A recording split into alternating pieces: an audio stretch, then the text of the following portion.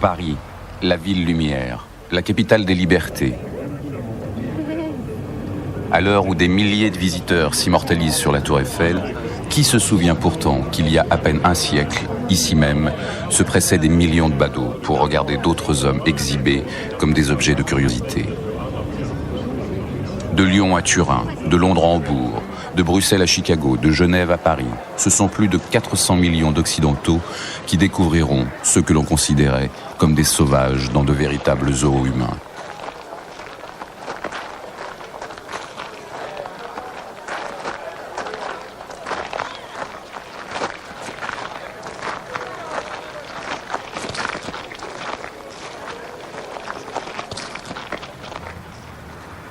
Ironie de l'histoire, les fondations du futur musée des Arts dit premier se creusent aujourd'hui sur l'emplacement de l'une de ces exhibitions racistes.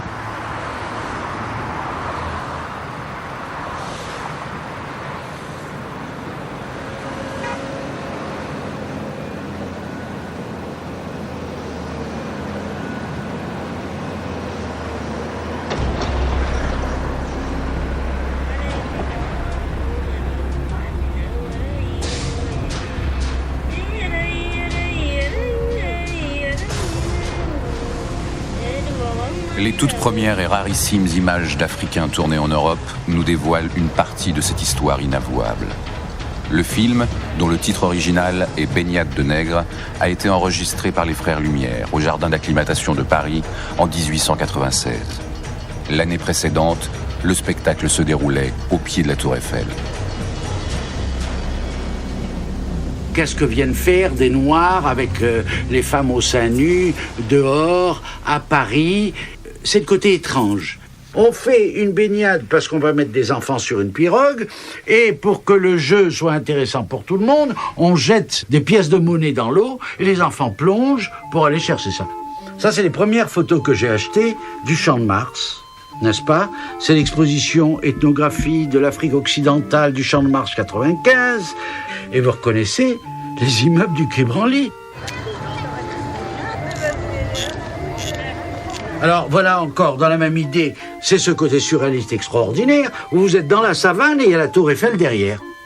Venez voyager sans bouger de chez vous. La troupe vient chez vous. Vous allez voir ces sauvages... on a fait quelque chose sur les Dahoméennes extraordinaires. L'Amazone, ça fait rêver une Amazone, les Amazones Dahoméennes. Et elles ont des costumes qui n'existaient pas, ce sont des costumes de scène. Mais les gens ne le savaient pas. On n'a pas fait venir que des Noirs, on a fait venir des Lapons. Il y avait les Lilliputiens. Il y avait les Noirs d'un côté, les Lilliputiens de l'autre. Et puis il y avait la femme à barbe qui s'exhibait. Il fallait étonner les gens. Ils voyaient l'autre d'une façon extraordinaire, et en plus ils se rinçaient l'œil parce que les filles avaient les seins dévêtus. L'autre est toujours monstrueux. Regardez la beauté de ces personnages. Ils sont tous souriants, c'est une troupe de Hagenbeck, bien entendu. Commercienrat Karl Hagenbeck. Hagenbeck est un importateur d'animaux. Il fournit les animaux pour tous les zoos. C'est la grande époque où les zoos français, anglais et allemands se créent. Et puis finalement, il a été dépassé par son succès, plus exactement, il importait moins des animaux que des hommes, et il y a eu un succès fou. Il y a eu des millions de personnes qui venaient, et ça a rapporté beaucoup d'argent. Du milieu jusqu'à la fin du XIXe siècle, Saint-Paoli fut un quartier d'attraction avec un grand nombre de théâtres, de cafés, de musées de figures de cire et de cabarets. C'était le quartier d'attraction aux portes de Hambourg. Aujourd'hui, c'est devenu le quartier chaud très connu. Ce n'est pas un hasard si la société de Karl Hagenbeck avait son siège social dans ce centre de divertissement et des boutiques de produits d'outre-mer. D'ici se faisait le commerce d'animaux et la ménagerie de Hagenbeck qui avait bien sa place. L'histoire de la maison Hagenbeck a commencé à Saint-Paoli, à Hambourg, en 1848. Mon arrière-arrière-grand-père était poissonnier et à côté, il faisait aussi du commerce d'animaux. Un jour, il y eut un grand transport de rennes de Laponie et le peintre Heinrich Luttmann eut l'idée de demander à une famille de Lapons d'accompagner ces rennes à Hambourg. Quand les Lapons arrivèrent avec leurs costumes traditionnels, ça fit un véritable tabac. Ce fut le début des spectacles ethniques. C'est la première carte de visite de la société Karl Hagenbeck. Le public était très enthousiasmé. Il appréciait surtout le côté naturel de la représentation, en tout cas ce qu'il considérait comme naturel. On voulait montrer au public européen avec quelle méthode raffinée les gens chassaient et attrapaient les animaux sauvages, qui étaient ensuite livrés à la ménagerie de Hagenbeck à Hambourg.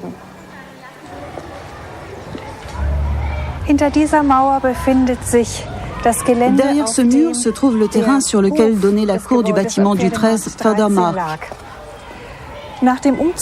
Après le déménagement en 1874, le zoo de Karl Hagenbeck fut inauguré ici et il faut imaginer le terrain plein de cages qui abritait la ménagerie commerciale. Les premiers spectacles ethniques commencèrent ici. C'est un groupe de Lapons qui fut le premier à être présenté sur ce terrain, planifié en 1874 et inauguré en 1875. Là où des enfants jouent aujourd'hui, les exhibitions ethniques suivantes prirent leur départ pour aller en tournée en Allemagne et même à travers toute l'Europe. Sur les traces de l'américain Barnum, l'inventeur au cirque des exhibitions de monstres, les spectacles anthropozoologiques, dira lui-même Karl Hagenbeck, vont connaître un succès immédiat et mondial. Des dizaines d'impresarios courent le Pacifique, l'Asie, l'Amérique du Sud et surtout l'Afrique, à la recherche de populations de plus en plus exotiques, jugées sauvages ou spectaculaires. Au total, ce seront des centaines de troupes, des milliers d'hommes, de femmes et d'enfants qui seront acheminés vers l'Europe et les États-Unis pour être exhibés dans les zoos, les expositions, les foires, les cirques, sur la scène des cabarets et les music-halls. Transportés comme des animaux rares, ces hommes savaient-ils qu'ils allaient devenir, malgré eux, les acteurs des fantasmes de l'Occident ?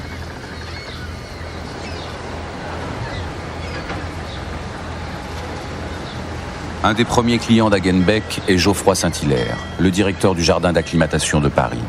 Pendant le siège de la capitale, en 1870, les habitants ont dévoré tous les animaux du zoo. Et il est en quête d'attractions nouvelles pour relancer ses affaires.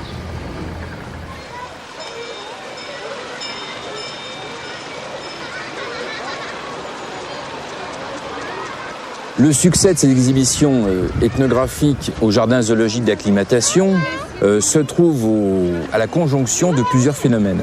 D'abord, le public est avide de spectacles, est avide de nouveautés et aussi avide de savoir. Et le fait de venir ici contempler la différence, c'est aussi quelque part faire œuvre d'éducation. Les savants ne s'y sont pas trompés. Dès la première exhibition ethnographique, celle des Nubiens en 1877, les anthropologues, les membres de la Société d'anthropologie de Paris, sont venus au jardin d'acclimatation pour mesurer les individus qu'ils avaient à disposition. Le 19e siècle est un grand mouvement de révolution de la pensée scientifique. On est dans une période de positivisme, c'est-à-dire qu'on a besoin, on pense avoir besoin du maximum d'informations sur tout. Et que l'information, à ce niveau-là, c'est le savoir, donc le pouvoir. Et les anthropologues se lancent donc dans cette récolte d'informations gigantesques concernant les autres populations, ce qu'ils appelaient à l'époque les autres races, d'abord pour enrichir le savoir, et en plus pour avoir l'impression de pouvoir contrôler les autres.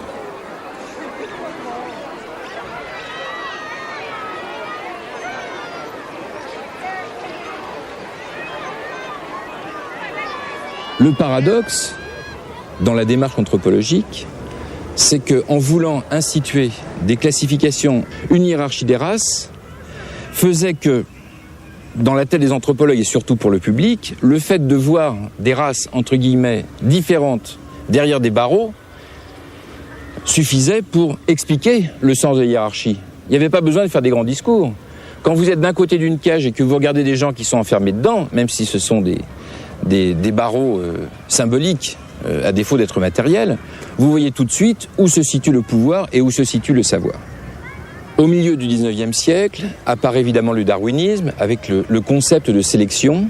Les plus aptes sont sélectionnés par la nature pour survivre au détriment des plus faibles. Et il est certain que la logique de classification qui est entreprise à l'époque vise à instituer une hiérarchie des races.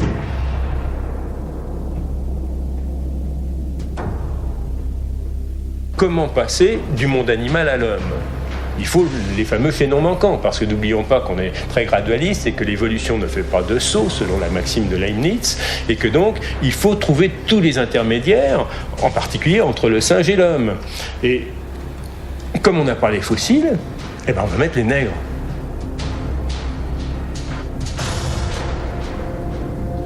Ce qui permet à la fois de les rabaisser à la condition dans laquelle l'esclavage les avait rabaissés sans culpabiliser, et puis en même temps de justifier la théorie de l'évolution. Il existerait donc, c'est ce qu'on pensait à l'époque, des races qui seraient plus à même à être civilisées ou à assurer le développement de la civilisation chez les autres. Et là, on est vraiment dans une logique de développement d'une politique et d'une idéologie coloniale. Désormais convaincu par les exhibitions et par les scientifiques que le sauvage existe, le public est tout prêt à soutenir la course aux empires coloniaux. S'appuyant sur cet engouement populaire, les grands États européens intègrent progressivement les zoos humains à leur discours colonial. Point d'orgue de cette propagande, les grandes expositions nationales et coloniales qui vont se succéder sans interruption à partir de 1890, à Lyon, Glasgow, Barcelone, Berlin ou encore Genève. Celle qui se tient à Bruxelles en 1897 est l'une des plus emblématiques.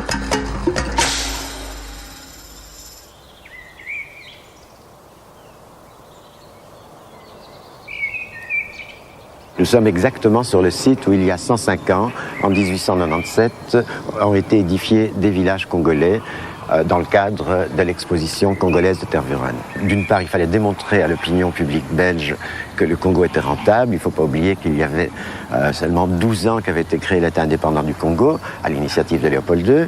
Il fallait donc convaincre.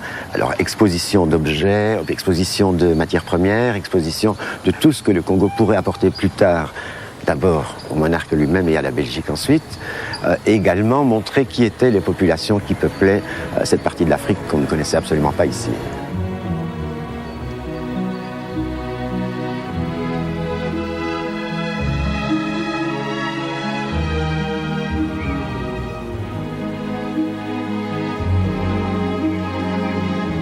Si l'on fait venir autant de gens, c'est pour une raison évidemment, une fonction idéologique. Sur les 267 personnes congolaises venues à cette époque, il y en a à peu près la moitié qui sont des soldats, la force publique. Il s'agit de montrer à l'opinion belge et internationale qu'il y a déjà des œuvres accomplies par les Belges. Par ailleurs, il y a qui sont ces habitants de ce pays lointain, etc. Alors, deux groupes seront représentés fortement. Ce sont majoritairement des gens du fleuve, ce qu'on appelle les Bangalas, qui représentent à l'époque donc un peuple réputé parfois pour sa cruauté, mais surtout pour son habileté nautique. Les Bangalas qui viendront feront des démonstrations de leur talent de piroguier, mais aussi, le reste du temps, ils seront devant les habitations qui ont été reconstituées pour vaquer à leur vie quotidienne, protégés d'ailleurs du public par un grillage.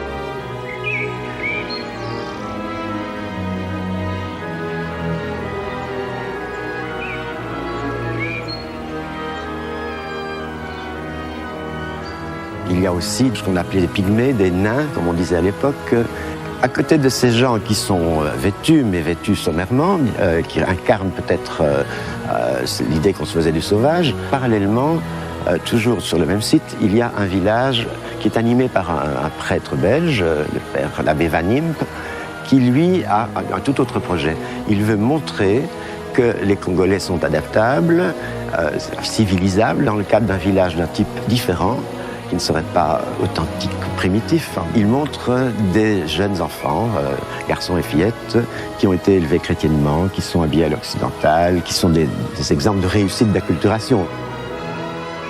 On sait seulement, par des récits, que certains d'entre eux étaient malades, le climat avait été absolument infect, et donc 7 des Congolais qui sont venus à Tervuren sont morts. Et cela a provoqué, bien entendu, dans la presse, des réactions assez vives. Et cela a sans doute joué dans l'opinion. Les expos coloniales qui suivront, 1910 par exemple, mais n'apportera plus de Congolais à montrer. Sur les grillages qui entouraient ces villages, il y avait, nous disent les journaux de l'époque, des écriteaux qui mentionnaient « défense de donner à manger aux indigènes, ils sont nourris ». Ce qui indique d'une part un comportement typique de ce qu'on appelait le zoo, mais les organisateurs de l'expo, s'ils ont bénéficié de l'immense succès d'attraction, n'avaient sans doute pas en tête cette idée de foire, cette idée foraine qu'on retrouve ailleurs dans des villages commerciaux. Simplement, on est à la jonction de deux mondes, un monde qui fait de l'autre, du sauvage, une curiosité à montrer, et pour gagner de l'argent, bien entendu, et un autre monde qui est un monde officiel, un monde politique, un monde religieux, qui veut convaincre son opinion publique que son action coloniale est légitime et bénéfique.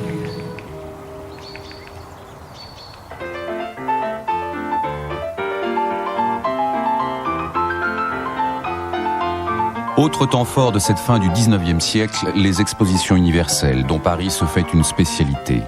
En 1889, sur le Champ de Mars, on a construit la Tour Eiffel pour célébrer le centenaire de la Révolution. Et en 1900, pour entrer dans le siècle, la France et ses colonies invitent le reste du monde à participer à une gigantesque mise en scène du progrès.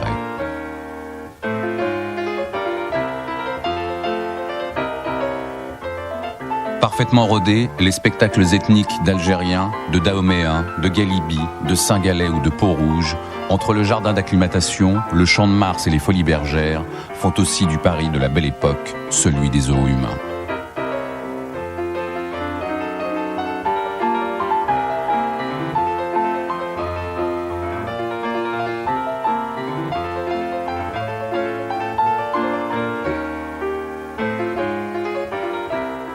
Le tournant du siècle est à la fois un tournant majeur des empires coloniaux, c'est un fait, ils sont installés, ils sont en place, mais aussi un tournant majeur dans la lente évolution de ces zoos humains. Ils n'ont plus la même fonction, ils n'ont plus les mêmes objectifs et surtout, ils ne se structurent pas de la même manière au niveau du mental.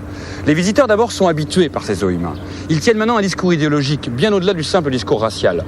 On est rentré dans le temps où l'exhibition de l'autre concourt à la fois à un discours sur soi-même, un discours sur les conquêtes, mais aussi à un discours sur l'organisation du monde souhaité. Le meilleur exemple est l'endroit où nous nous trouvons, au pied de la Tour Eiffel.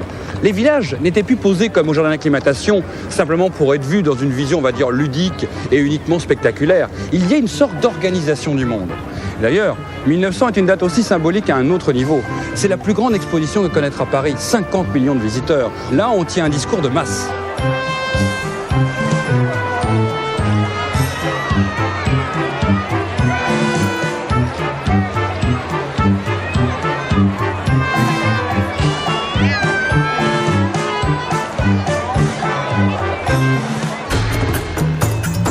Avec les magazines illustrés, la carte postale et le film, ici un village à Chantilly tourné par les frères Lumière à Lyon en 1897, l'image devient un instrument de vulgarisation idéal.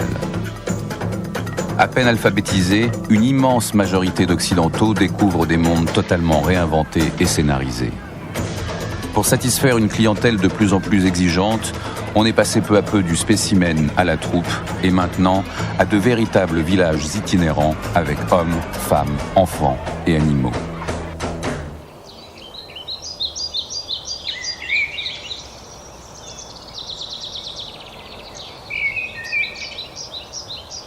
Dans les allées du jardin tropical de Nogent, aux lisières du bois de Vincennes, se dégradent lentement les vestiges de l'exposition coloniale de 1907. C'est ici que la perception du sauvage s'est modifiée et qu'il est maintenant devenu un indigène au service de l'empire colonial.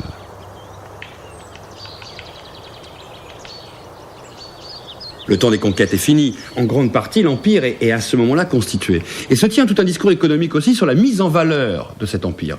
D'où la présence dans la plupart des pavillons qui sont ici, des bois coloniaux par exemple, des plantes tropicales, du riz, du cacao, du café, pour montrer qu'à côté des hommes, qui sont maintenant placés sous l'égide de la France, protectrice, il y a aussi toute une richesse qui va être mise en valeur et exploitée.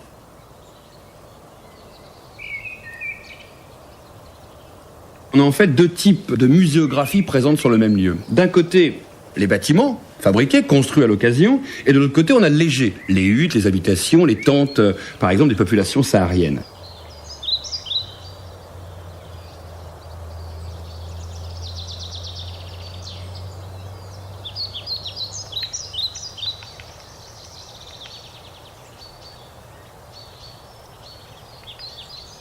Et le visiteur passant d'un pavillon à l'autre, passant d'une population à l'autre, doit avoir ce sentiment que d'un côté la France protège, et ces bâtiments symbolisent cette protection, et que de l'autre, sous ces braves petites huttes, ils ne seront pas protégés. Ce sont les Touaregs pour le Sahara et l'Afrique du Nord, ce sont les Congolais pour l'Afrique noire, ce sont bien sûr les Kanaks pour la Nouvelle-Calédonie, les Hindous pour les comptoirs d'Inde, les populations indo-chinoises et laotiennes pour la partie asiatique. D'une certaine manière, on a un empire en miniature qui est reconstitué en 1907 à Nogent.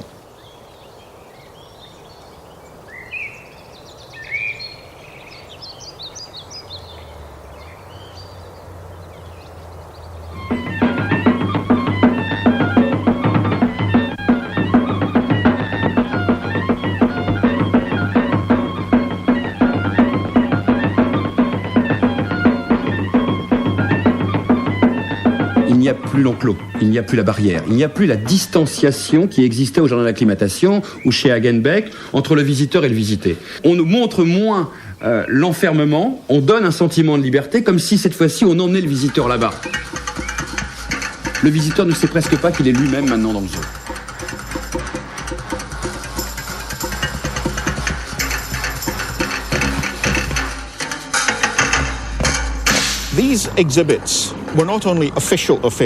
Ces exhibitions n'étaient pas toujours officielles. Parfois, elles étaient organisées par des commissions gouvernementales. Mais le plus souvent, c'était des entreprises privées qui le faisaient. Il y avait en Grande-Bretagne un homme très connu qui s'appelait Imre Ralphie. Originaire de l'Europe de l'Est, il vint en Angleterre où il fit fortune en organisant des exhibitions. Il commença au début des années 1890 et poursuivit jusqu'à la Première Guerre mondiale. Il organisa des expositions à Londres, à l'Olympia et à Earl's Court. À partir de 1908, il mit en place une série d'expositions extraordinaires qui se tenaient dans un lieu qu'il avait appelé la Ville Blanche. D'autres entrepreneurs se rendaient en Afrique d'où ils ramenaient des troupes itinérantes de divertissement, comme on les a appelés par la suite. Les Français se sont révélés excellents dans ce domaine. En effet, beaucoup de ces troupes venaient du Sénégal et du Dahomey et étaient exhibées en Grande-Bretagne et en Europe. Ils faisaient également des tournées dans les villes balnéaires.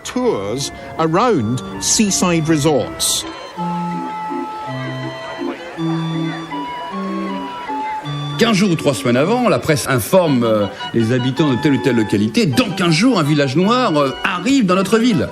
Les affiches couvrent les murs du village ou de la ville et des alentours à 30-40 km. Des petites brochures sont distribuées. Les choses qui sont rares, ce sont des éphéméras, c'est-à-dire des petits programmes qu'on vendait à 15 centimes où on montre tous les personnages. Vous saviez déjà ce qu'on allait voir. On a mis une Fatou qui est très jolie, la petite Fatou que nous allons revoir par la suite, qui est une petite ravissante. They very often acted out events. Souvent, on mettait en scène des événements importants, parfois en relation avec une conquête récente. Par exemple, s'il y avait eu une guerre, au cours de laquelle un peuple avait été réellement conquis, elle était montée en spectacle dans les exhibitions. Et c'est bien tristement que ces populations devaient rejouer ce qui leur était arrivé dans la réalité.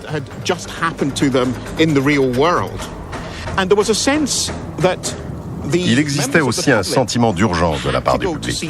Il fallait absolument aller voir ça, car c'était le spectacle du moment. C'était éphémère. En fait, ces exhibitions ne duraient pas, car elles étaient seulement montées pour quelques mois, et donc, si on n'y allait pas, on les ratait. Non seulement on ratait l'exhibition, mais on pouvait aussi rater ces populations. Car selon les exigences de la politique impériale, la nouvelle civilisation qu'on leur imposait les condamnait à disparaître, tout du moins culturellement. Ça devient l'événement du mois. Demain, nous allons voir les Africains, les Soudanais, les Nubiens, les Hottentots, les fiers ou dangereux hindous qui vont être dans notre municipalité. Et on vient de loin pour les voir. Car la promotion, la rentabilité du village est quand même le moteur. N'oublions pas une chose, c'est que ces impresarios sont des privés. Ils montent leurs troupes, ils vont en Afrique, ils ont d'ailleurs très souvent un intermédiaire local avec qui on rassemble une centaine d'individus, femmes, enfants, adultes, vieillards. Toute une troupe est recrutée et des fois elle part pour 5 ans, 10 ans, 15 ans, 20 ans en Europe. on montre des femmes à plateau. Mais comment elles sont venues, ces femmes à plateau? Vous les voyez là sur le bateau, habillées. Quand on faisait venir une troupe, on prenait bien soin de mettre une femme à peine enceinte. Et la troupe venait en France, et quand il y avait la naissance, on marquait à l'entrée du village une naissance au village, on augmentait les prix et tout le monde était content.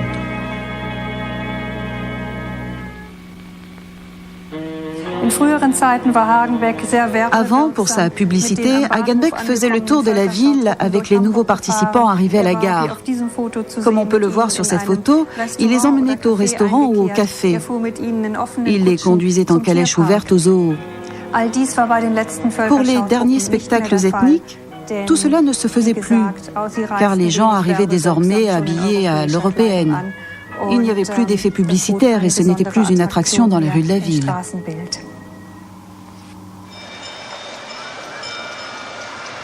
Ces troupes ethnographiques circulaient en toute l'Europe au gré des contrats réalisés par leurs impresarios. Ces troupes étaient nombreuses, bien qu'elles comportaient en général peu d'individus. Et ces individus avaient évidemment beaucoup de valeur aux yeux de leurs impresarios. Tout ceci pour vous dire que finalement, ils étaient plutôt choyés, protégés. On s'intéressait à eux, on les soignait. Dès que l'un d'entre eux était malade, tout de suite on faisait venir le docteur.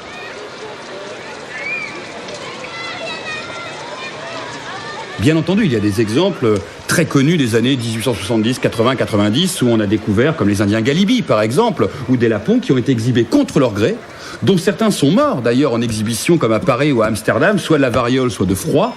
Mais pour la plupart des cas, ils étaient sous contrat, ils étaient rémunérés, mais attention, replaçons-nous dans le contexte colonial de l'époque. Les notions de contrat sont rarement à caractère individuel. C'est bien souvent plutôt à travers un intermédiaire ou un chef de village. La notion de rémunération est à mettre entre guillemets, puisqu'on constate que c'était des rémunérations, on va dire, de nourriture, d'hébergement, et que les conditions de travail, par exemple, étaient très souvent sujettes à débat. Dans la société Hagenbeck, le logement, le ravitaillement et l'assistance médicale des participants aux exhibitions étaient réglés par contrat. Si possible, ils étaient logés dans des habitations indigènes où ils devaient aussi se produire si la météo le permettait. C'était simple quand il s'agissait de logements mobiles, comme les yurts d'Asie centrale. Sinon, on essayait d'emmener les matériaux pour reconstruire des logements sur le lieu de la représentation. Les troupes sont payées, les gens se battent au portillon pour venir en France. Sur le contrat, ils étaient payés. Est-ce qu'ils ont été payés? Ça, c'est autre chose. Et ils savaient qu'ils jouaient la comédie. L'exemple le plus extraordinaire, c'est en Suisse, vers 1915 à peu près, les exhibés se mettent en grève. Parce qu'ils ne sont pas payés, ils ne veulent plus jouer les méchants. Alors ça discute, et l'impresario perdait beaucoup d'argent. Alors il a accepté de les payer, et ils ont rejoué les méchants. Certains parlaient un français impeccable, mais devant les gens, ils parlaient petit nègre, parce que tout le monde comprenait.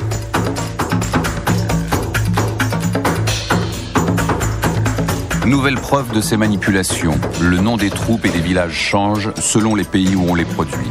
Actualité coloniale, mode, demande des visiteurs, budget des impresarios transforment ici et là un groupe de Sénégalais en Togolais ou de Birmans en Javanais. On va même jusqu'à inventer de toutes pièces une population, les bientôt célèbres Niam Niam.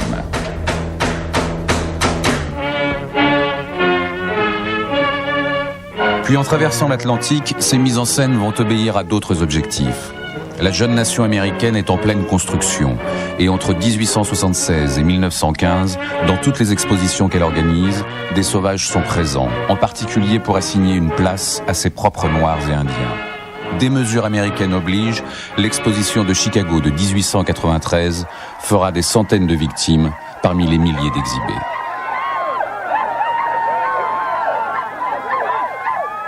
An exposition that it's important to think about Une des exhibitions les plus marquantes fut celle qui mettait en scène, dans un seul spectacle, des Américains blancs, des Indiens américains, ainsi que des représentants du monde entier. Je pense ici au spectacle de l'Ouest sauvage, lors de sa tournée en Europe. Il est essentiel de le prendre en considération, car c'était une entreprise réellement privée qui a essayé de représenter la nation américaine avec ses diverses composantes raciales. Ce spectacle, ainsi que le but de cette exhibition, participait à la création d'un État-nation moderne, et c'est une donnée incontournable.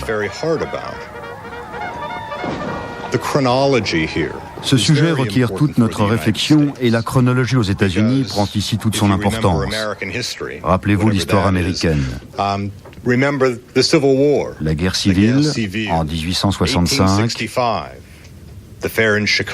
l'exposition de Chicago en 1893. Même si d'autres foires ont eu lieu avant Chicago, celle-ci a été un élément vital dans la formation de l'État-nation américain. Je ne suis pas un spécialiste de l'histoire européenne, mais je devine que cette chronologie est également importante pour penser à la manière dont nous représentons les autres quand il s'agit de la création de l'État.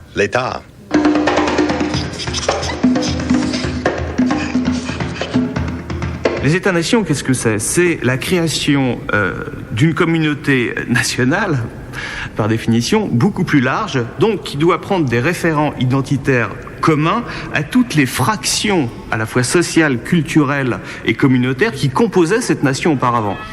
Donc, on voit bien que dans la dénonciation, entre guillemets, en tout cas dans la monstration d'une espèce de barbarie africaine, si je prends cet exemple-là, si je prends l'exemple des populations d'Afrique noire, il est bien évident que ces populations sont très fortement dénigrées et vont servir de référents négatifs dans l'identité collective en formation pour les Européens et pour la France en particulier. It is an interesting fact. Il est intéressant de noter que ces exhibitions ne montraient pas uniquement des villages venus d'outre-mer, d'Afrique ou d'Asie, mais également d'Europe, voire même du pays où se tenait l'exhibition. Par exemple, en Grande-Bretagne, il était possible de voir un village irlandais, ou plus particulièrement, un village des Highlands écossaises. En France, on pouvait voir des villages corses ou suisses. Par conséquent, ces villages étaient élaborés afin de montrer de quelle manière nous étions passés à un nouveau monde, c'est-à-dire à celui de l'industrialisation et à ce qu'on pensait être la civilisation. Mais à la suite de cela, des exhibitions sont aussi apparues dans beaucoup d'autres pays, en Australie, en Nouvelle-Zélande, en Afrique du Sud, au Canada, et même en Inde. Elles étaient devenues en quelque sorte des rites de passage vers le monde moderne. Elles montraient comment les lieux où elles se tenaient, souvent dominés par la colonisation blanche, avaient rejoint le système mondial et international de la modernité.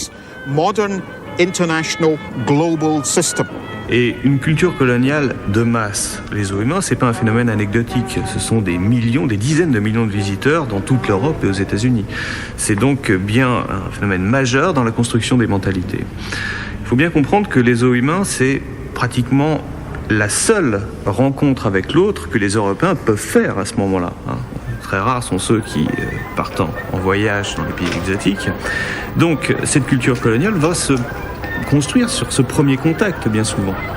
Mais cette construction d'un regard va être fondamentale dans la transformation d'un racisme qui jusque-là est resté dans les cénacles scientifiques à un racisme populaire. We are in Wembley, in North London. Nous sommes à Wembley, dans le nord de Londres, là où l'exposition universelle eut lieu de 1924 à 1925. Ce stade avait été construit l'année précédente pour la finale de la Coupe de football. C'est également ici que prit place la grande reconstitution historique de l'Empire. Les exhibitions attiraient des millions de gens, dont le nombre dépassait toujours celui des habitants de la ville où elles se déroulaient. Par exemple, ici, à Wembley en 1924, il y eut 27 millions de visiteurs.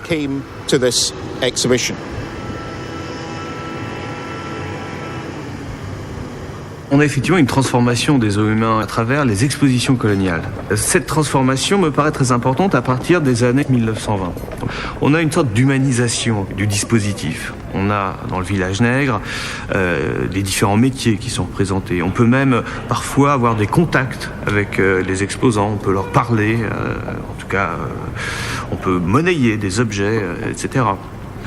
Alors, deuxième raison de cette transformation dans les années 20, c'est bien sûr la transformation aussi de la politique coloniale. Une fois la conquête achevée, eh bien, le fait de montrer des indigènes cannibales, sauvages, barbares, etc., c'est finalement d'une certaine manière avouer l'échec de ce qu'on a présenté comme une mission civilisatrice. Or, ce discours ne peut plus passer dans l'entre-deux-guerres. Il faut qu'on montre au contraire que les indigènes, on est en train de les éduquer, qu'ils vont à l'école, qu'on construit des routes, des ponts, que la santé s'améliore. Bref, le zoo humain, à la fin des années 20, commence à faire tâche, si je puis m'exprimer ainsi. Il commence à faire tâche parce qu'il montre que finalement la mission civilisatrice ne remplit pas son rôle. Et c'est pour ça que le pouvoir colonial va interdire purement et simplement l'exhibition des zoos humains. Quittant son pays, un petit négro de l'Afrique centrale vint jusqu'à Paris voir l'exposition coloniale. C'était Nénuphar, un joyeux lascar. Pour être élégant, c'est aux pieds qu'il mettait ses gants. Nénuphar. Malgré la volonté affichée par les officiels de ne plus stigmatiser les indigènes, les chansons populaires et surtout la mésaventure survenue à un groupe de Kanaks prouvent que le public reste avide de stéréotypes dégradants. Convaincus de participer à l'exposition pour représenter la Nouvelle-Calédonie, une centaine de Kanaks se retrouvent en fait déguisés et obligés de jouer les cannibales au jardin d'acclimatation de Paris. À court d'argent, l'impresario qui les a bernés décide ensuite d'en louer quelques-uns pour une des dernières exhibitions humaines montées par les Hagenbeck, à Cologne et à Hambourg. Ce sera un échec commercial. Ultime avatar du zoo à la française, il faudra encore des mois pour que ces hommes, parmi lesquels l'aïeul du footballeur Christian Carambeu, parviennent à rentrer au pays. Ici, au musée des Arts d'Afrique et d'Océanie, on voit bien cette transformation. Je crois qu'on la saisit vraiment dans son essence. C'est un vestige de l'exposition de 1931, la plus grande exposition du siècle, 8 millions de visiteurs, 32 millions de tickets vendus. Ce qui montre un peu la puissance d'attraction de la culture coloniale en France, mais aussi partout en Europe. À travers ce bâtiment, on saisit bien finalement qu'on n'est plus dans la monstration raciale de l'autre. On est dans une démonstration de force, finalement, de la plus grande France. Alors, ça ne veut pas dire que notre regard se transforme pour autant. Ce regard ne va pas disparaître parce qu'il y a la transformation de la forme de la représentation. La structure du regard, qui est donc articulée quand même de manière fondamentale sur une inégalité finalement entre les Européens et les populations coloniales, et elle va se transmettre par d'autres formes. Les expositions coloniales, le théâtre, le cinéma, toute forme de médias qui vont pérenniser en fait sous des formes, je dirais, adoucies, moins brutales, ces rapports inégalitaires. Finalement, les métropolitains, qui n'ont jamais quitté leur terre, auront une image du Congo uniquement par le truchement de symboles, uniquement par des formes, et le musée de Tervuren va certainement jouer un très grand rôle dans la création de cet imaginaire. Quand on s'aperçoit qu'il y a très peu de Congolais qui viennent en Belgique, c'est parce que d'une part on le veut politiquement, mais d'autre part c'est qu'on n'a peut-être plus besoin d'eux pour défendre des thèses. Le cinéma, la photographie dans toutes ces évolutions, tout cela va remplacer la personne réelle. Et le côté imaginaire, mythologique, va s'exprimer sous forme de statues, de dessins, etc. And it is interesting that these phenomena Il est intéressant de remarquer que ces phénomènes se sont transmis dans les nouveaux médias comme le cinéma.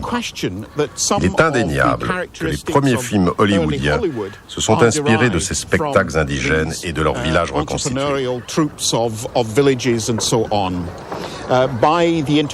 Pendant la période de l'entre-deux-guerres, il y a une véritable tradition du cinéma d'aventure outre-mer. Il s'agissait en quelque sorte de westerns coloniaux. Après la Première Guerre mondiale, les spectacles ethniques reprenaient tout doucement, mais plus jamais ils n'atteindront leur prospérité passée.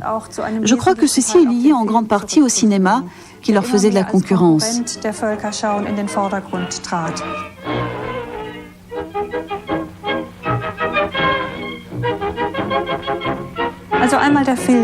Donc d'un côté, c'est le film qui marqua la fin des spectacles.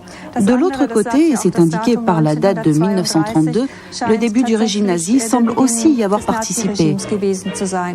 Cela ne correspondait pas à leur vision raciste du monde, surtout par rapport au contact qui se crée entre le public et les participants des exhibitions.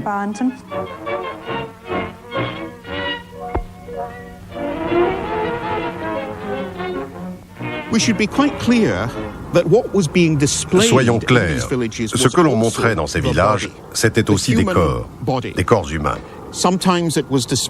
On les montrait vêtus de costumes traditionnels ou bien dans un état de quasi-nudité. Cela était à mon avis très ambivalent. D'une part, ces corps représentaient l'état sauvage et primitif, mais d'autre part, ils représentaient également la beauté et un érotisme des plus troublants.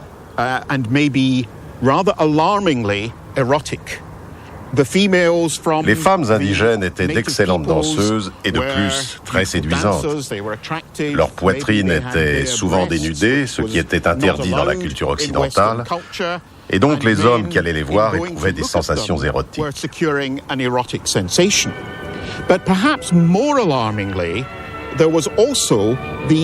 Cependant, ce qui était peut-être encore plus troublant étaient les effets que cela avait sur les femmes blanches. Beaucoup des individus exposés étaient des hommes, souvent présentés dans des scènes de lutte, et dans un état de quasi-nudité pour la plupart. Les Zoulous d'Afrique du Sud, par exemple, étaient renommés pour leur corps magnifique. De ces hommes se dégageait, pour ainsi dire, un trouble d'ordre sexuel.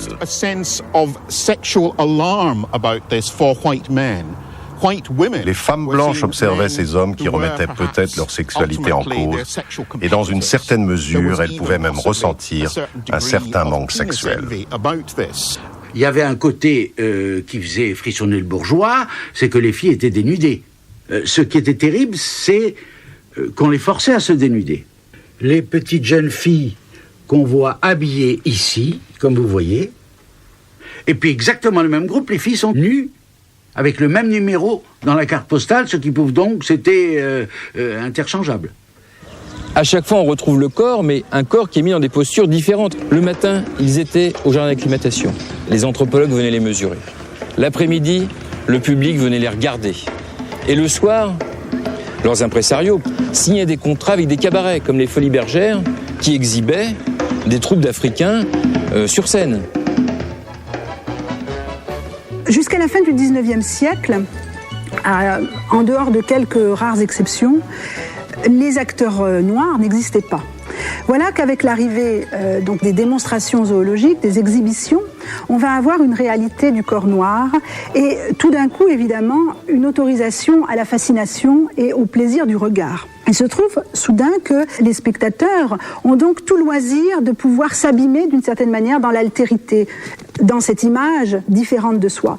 Seulement, on s'aperçoit que, bon, évidemment, on ne les considère pas véritablement comme des hommes, ou tout au moins, on justifie ce regard voyeur en se disant « mais ce ne sont pas des êtres comme nous, pleinement humains ».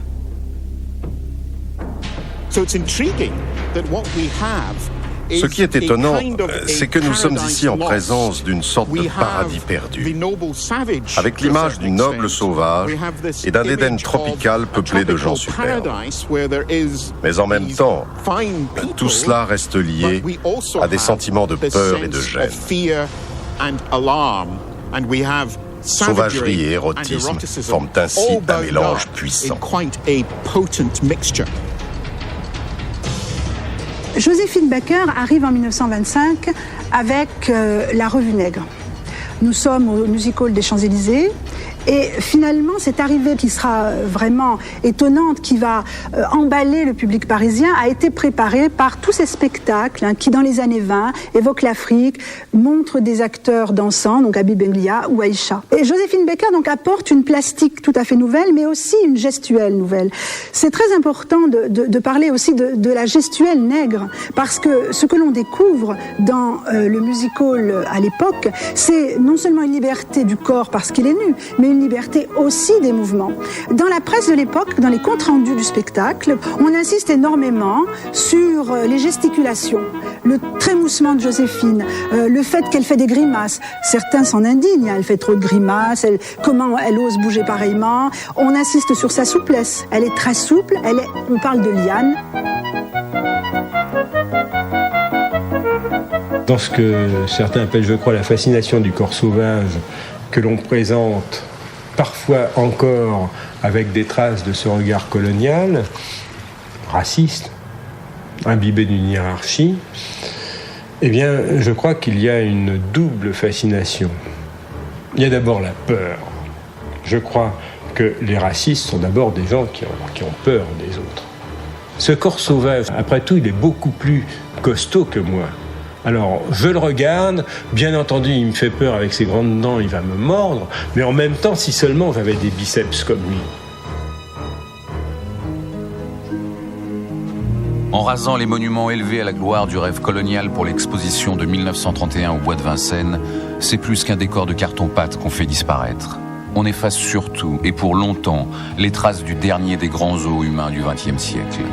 On les a bannis de notre mémoire collective car ils constituent la preuve la plus visible des mécanismes du racisme populaire en Occident. Alors, qu'en reste-t-il ? Aujourd'hui, c'est dans les caves devenues inaccessibles des grands muséums mondiaux que les corps de nombreux spécimens morts en exhibition attendent que justice leur soit rendue. Le problème des collections anciennes, c'est qu'il y a dans ces collections, que ce soit d'ailleurs des collections artistiques ou des collections scientifiques, des objets d'origine scandaleuse.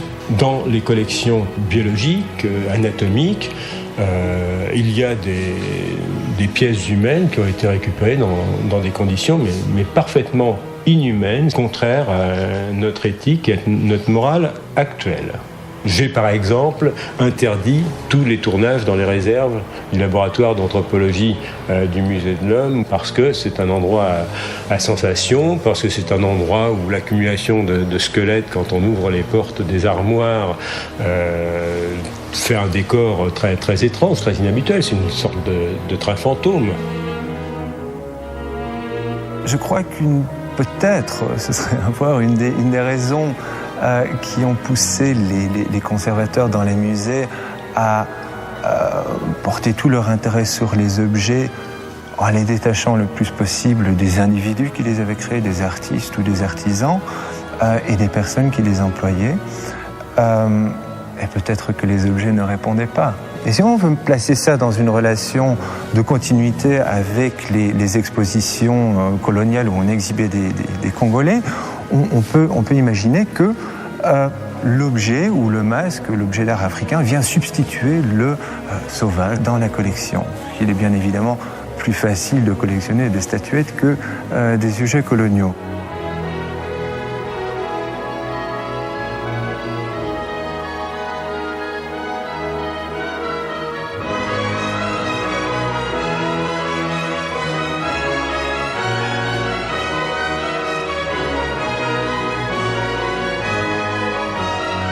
En plus de ça, je trouve extrêmement bien que le musée du Quai Branly soit sur la place d'un village colonial du passé, parce qu'on pourra déjà voir dans ce musée que les habitants ont disparu.